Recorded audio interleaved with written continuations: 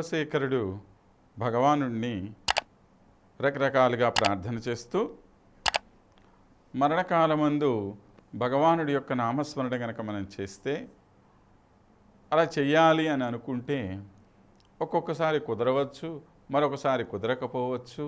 కనుక లేనిపోని సమస్యలన్నీ మనకి ఎందుకయ్యా బాబు, నిరంతరము ఆ స్వామి యొక్క స్మరణ చేస్తే సరిపోదా అని చెప్పి ఇంతకుముందు శ్లోకంలో మనకి చెప్పారు. దానికి కులశేఖరులు సమాధానం చెప్తూ, నీ పాదపద్మములనేటువంటి పంజరంలో నా మనస్సు అనేటువంటి రాజహంస నిరంతరం కూడా బంధింపబడి ఉండాలి స్వామి అని చెప్పి అన్నాడు. మరి అలాంటి సతతమైనటువంటి ధ్యానం అందరికీ సాధ్యమయ్యేటువంటి విషయమా? ఇక్కడ మనం కొద్దిగా శాస్త్ర చర్చ అనేటువంటిది చేసుకోవాల్సిన అవసరం ఉంటుంది. ఎందుకంటే అప్పుడప్పుడు మధ్యలో కనుక మనం శాస్త్రాన్ని గురించి తెలుసుకోకపోతే కేవలం ఉదాహరణల మీదనే ముకుందమాల మొత్తాన్ని కూడా అర్థం చేసుకోవటం అనేటువంటిది కొద్దిగా కష్టమైనటువంటి పని. కనుక ఒక్క రెండు విషయాలు మాత్రం మనం తెలుసుకొని మరలా విషయంలోకి వచ్చేద్దాం. ఇప్పుడు మనం ఒక ఆయన్ని గురించి తెలుసుకోవాలి. తెలుసుకోవడానికి మనం చేసేటువంటి పని ఏదైతే ఉందో దాన్ని మనం ఏమంటున్నాం? ధ్యానము అంటున్నాం. ధ్యానము అంటే ఏంటి? శ్రద్ధగా మనసు పెట్టి నువ్వు ఏదైతే సాధించాలి అని అనుకుంటూ ఉన్నావో దానికోసం నువ్వు చేసేటువంటి ఒక క్రియా విశేషణం ఏదైతే ఉందో దాన్ని మనము ధ్యానము అని చెప్పి అంటూ ఉన్నాం. ఇలాంటి ధ్యానం మనము భగవంతుడి విషయంలో చెయ్యాలి అని చెప్పి అన్నా. కనుక ఎవరి గురించి అయితే నువ్వు ధ్యానం చేస్తున్నామో ఆయన్ని మనం ఏమంటున్నాం? ధ్యేయము అని చెప్పి అంటున్నాం. చేసేవాడు ఎవరైతే ఉన్నాడో వాణ్ణి మనం ధ్యాత అంటున్నాం. అంటే ఇక్కడ మూడు ఉన్నాయి. ఒకడు ధ్యాత, చేసేవాడు, ఎవరి కోసమైతే మనం చేస్తున్నామో ఆయన, ధ్యేయము, ఆయన కోసం మనం ఏదైతే చేస్తున్నామో అది ధ్యానం.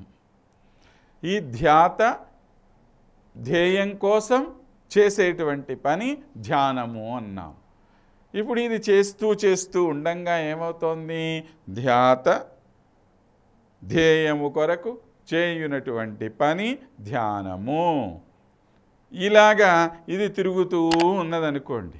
ఇలా తిరుగుతూ ఉన్నప్పుడు ఏమవుతుందంటే ఆయన కోసం చేసేటువంటి పని నెమ్మదిగా ఆయనే అయిపోతాడు మనకి. అలాగా ఈ దగ్గరికి వచ్చేసరికి సాధనం చెయ్యగా ఈ ధ్యాత వెళ్ళేసి ఆ ధ్యేయము రెండు కూడా ఒకటే అయిపోతుంది అన్నమాట. అంటే భగవానుడి కోసం తప్ప నువ్వు ఇంకా ఇతరమైనటువంటి ఏ పని చెయ్యవు. అదే నీ మనస్సులో మిగిలిపోతుంది. అది తప్ప ఇతరమైనటువంటి ఏ విధమైన పని చెయ్యం మనం. దీన్ని మనం ఏమంటున్నాము? సమాధి స్థితి అంటున్నాం. దీన్నే యోగాభ్యాసము అని అంటున్నాం. కానీ ఈ ధ్యానం అనేటువంటిది ఎంతసేపు ఉంటుంది అని అంటే ఒక మనిషికి కేవలం 7 సెకన్ల మాత్రమే ఉంటుందని చెప్పారు. అంటే భగవంతుడి మీద నువ్వు మనస్సు పెట్టి నేనేమంటే పొద్దున్న నుంచి సాయంత్రం దాకా స్వామిని ధ్యానిస్తున్నాను అని అంటే చాలా తప్పైనటువంటి మాటే అవుతుంది అది. ఎందుకని?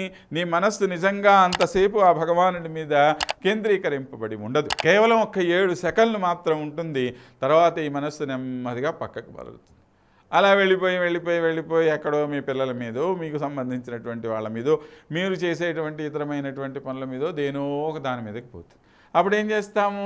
కొద్దిగా మనసు అలా పొంగనే ఒరే నేనేంటి ధ్యానం కోసం కూర్చున్నాను కదా, ధ్యానం కోసం కూర్చొని ఏంది మా అబ్బాయి చదువు గురించి ఆలోచిస్తున్నానే నేను అని అనుకున్నప్పుడు మళ్ళీ ఏమవుతుంది? ఈమె మనస్సును మళ్ళా వెనక్కి తెచ్చుకొని మరలా ఎవరైతే ధ్యేయం ఉన్నాడో ధ్యేయం మీద ధ్యానం అనేటువంటిది పెట్టుకుంటాం మనం.